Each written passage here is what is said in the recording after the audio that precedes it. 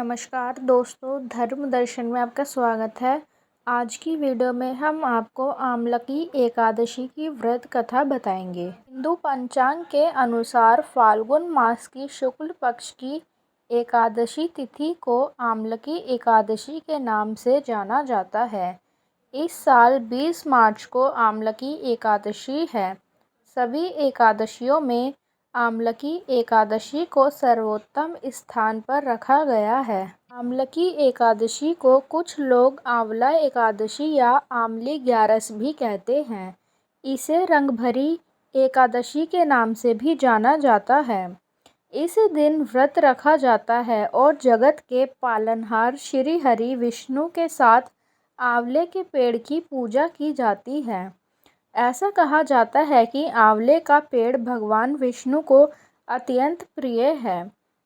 इस दिन पूजा के दौरान आमलकी एकादशी की व्रत कथा पढ़ने का विधान है। इससे भगवान विष्णु शीघ्र प्रसन्न होते हैं।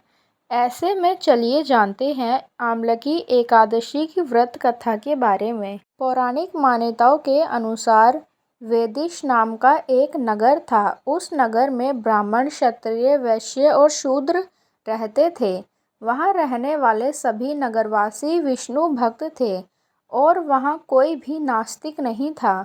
उसके राजा का नाम चेत्रथ तथा राजा चेत्रथ विद्वान थे और वह बहुत धार्मिक थे। उनके नगर में कोई भी व्यक्ति दरिद्र नहीं था। नगर में रहने वाला हर शख्स एकादशी का व्रत करता था। एक बार फाल्गुन महीने में आमलकी एकादशी आई। सभी नगरवासी और राजा ने यह व्रत किया और मंदिर जाकर आंवले के पेड़ की पूजा की और वहीं पर रात्रि जागरण किया। तभी रात के समय वहां एक बहेलिया आया जो कि घोर पापी था, लेकिन उसे भूख और प्यास लगी थी, इसलिए मंदिर के कोने में बैठकर जागरण को देखने लगा और विष्णु भगवान व एकादशी महात्म्य की कथा सुनने लगा।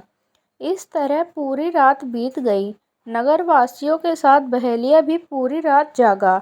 सुबह होने पर सभी नगरवासी अपने घर चले गए। बहेलिया भी घर जाकर भोजन किया, लेकिन कुछ समय बाद बहेलिया की मौत हो गई। उसने आमलकी एकादशी व्रत कथा सुनी थी और जागरण भी किया था, इसीलिए वह राजा विदुरथ के घर जन्म लिया। राजा ने उसका नाम वसुरथ रखा।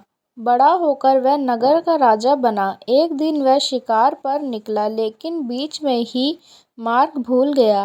रास्ता भूल जाने के कारण वह एक पेड़ के नीचे सो गया।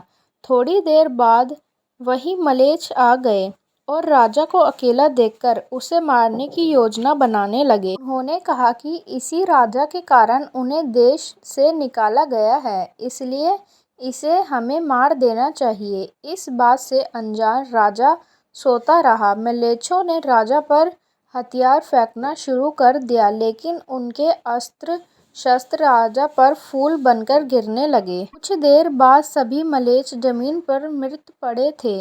वहीं जब राजा की नींद खुली तो उन्होंने देखा कि लोग जमीन पर मृत पड़े हैं। राजा समझ गया कि वह सभी उसे मारने के लिए आए थे, लेकिन किसी ने उन्हें ही मौत की नींद सुला दिया। यह देखकर राजा ने कहा कि जंगल में ऐसा कौन है जिसने उसकी जान बचाई। तभी आकाशवाणी हुई कि हे राजन, भगवान विष्णु ने तुम्हारी जान बचाई है। तुमने पिछले जन्म में आमलकी एकादशी व्रत कथा सुना था और उसी का फल है कि आज तुम शत्रुओं से घिरे होने के बावजूद भी जीवित हो। राजा अपने नगर लौटा और सुखी पूर्वक राज करने लगा और धर्म के कार्य पर चलने लगा। ऐसी और जानकारियों के लिए हमारे चैनल को सब्सक्राइब करें। धन्यवाद।